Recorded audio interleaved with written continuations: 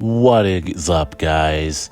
Quick favor, subscribe, and let's get on with it. So, if you haven't seen my previous review on Amazing Spider-Man 47, there's a link here. Click there, and then come back to this video here. So, The Amazing Spider-Man number 48 by Wells, special guest artist Knock and Obach. So, we start here, guys. And it says here earlier, but we start with Ben Parker here. And he's with his girlfriend, in which, they're trying to figure out how they could possibly get Ben's memory back, because he lost part of his memory. And, they're just trying to brainstorm something that they could do. And next thing you know, there's a voice on the background that says here, what if I told you that every part of Ben, everything he's lost could be returned to him? And then they're like, how can you do that, right? And next thing you know, it's the red goblin, the queen goblin. And she says here, if you can find a way to look past our complicated history, I can basically show you. And they're like, I guess we have a deal. She's like, there's a miraculous machine that could bring back all of his memories, And, now we turn back into what happened in the last issue, where she's confronting Peter Parker. And she's there and she says, I'm sorry, Spider-Man, I'm going to have to ask you to leave. This room is for patients only. As you know, she used to be some type of assistant. She used to work for Beyond Company, and she got turned into this Queen Goblin because of Norman Osborn. And she wants the Winkler device, and Peter wants it so that Betty could use it for her ex-husband, who turned into Hobgoblin, and they're trying to prove his innocence so that he could get out of jail. And they're battling basically for that machine. Betty here is saying that it's her machine. The Queen Goblin says that I didn't steal the machine, and just back and forth here basically. But Betty's swinging in. She's like, you ruined my life, and she's going straight up there and trying to hit her, which is really not a smart idea, especially when you're going against any goblin, a red goblin with some type of hammer weapon. And Spider-Man, of course, takes care of that and says that's enough, helps her out. And then he says here, we are leaving with the Winkler device, I won't say it again. And Ben is like, understood, just gonna slide by you here real quick.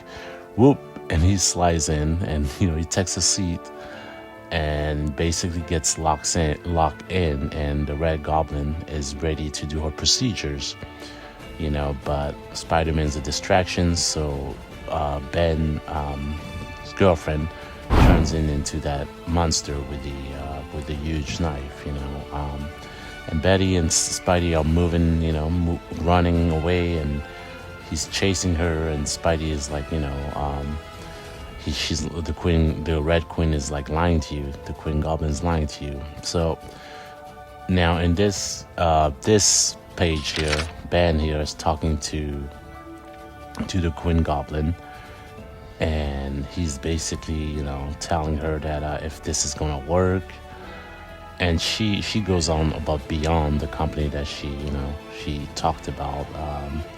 The reason you lost the memories you shared with Spider-Man, I tried to warn you about those butchers, and I was punished for it. Turn into this so you see it is I who owe you, because he's saying that I'm going to own you once you bring all the memories back. But she's really just trying to turn him into a monster, And he's like, Janine. And we switch back to Spidey here, and he's fighting the guy with the knife here, Ben's girlfriend. And he's trying to reason with her, telling her that, I never used this machine. I don't know what you're talking about, because she's saying that he used the machine for himself, And then we turn back here, and basically, she's ready to do her damage into Ben's Parker. And she's telling him here, we are both clones, Ben Reilly. We know how little of us is truly ours. How precious those pieces are. This is how it feels to have them washed away by the sins of a madman. And switch back to Spidey. I know there's a lot of switchback here on this comic. And Betty is saying, enough. If you won't listen to him, you better listen to me. I will not do that. That machine destroyed my husband's life, took a father away from his son. That's what it does. It destroys. And basically, Ben's girlfriend here, she's like, why? Why do I believe you? And she turns back to herself. And Betty here just punches her. And Spidey jumps over, and he's going right after the machine here. And the machine here is doing its damage to Ben, and Spidey comes in and knocks it out with the Red Queen's goblin weapon here. And she's like, you're ruining his treatment. And Spidey says here, you're the one who needs treatment. And they start fighting. Kafka is like swinging with knives, and Ben is being taken away with his girlfriend. They're basically sneaking out, and Spidey is left to beat up on the Red Queen Goblin, and he does with the weapon. And basically he's telling her he's taking her to jail. And across town here we see Ben here and his girlfriend, and basically she's saying that she wants a future. Who cares about the memories that you had in the past? And he's saying those memories, they were mine. They were Peter's formative years, all the lessons he learned, the way I act without them. What if that's who I am? What if I'm just bad? And she's like, she doesn't care anymore, Good or bad, I just want to be us. And she kisses him. And that's about it, really. That's the story with them. Now, we go into the last scene here, Allsware, and we see the Sinister Six. And they know that Peter works for Oscorp, basically. And they're saying, they're debating if they could beat him this time.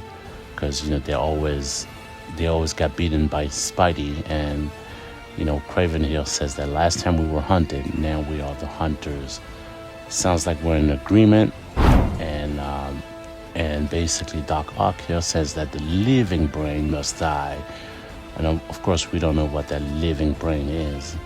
And he says to do it, the Sinister Six will burn Oscorp to the ground. And that is the comic, guys. I think that, I'll be honest with you, this story with Ben and, what's happening on the side here is just a filler. I think the main story that, like they talked about, is going to be with the Green Goblin. That's going to be the main story when Norman gets his power back and becomes the Green Goblin again.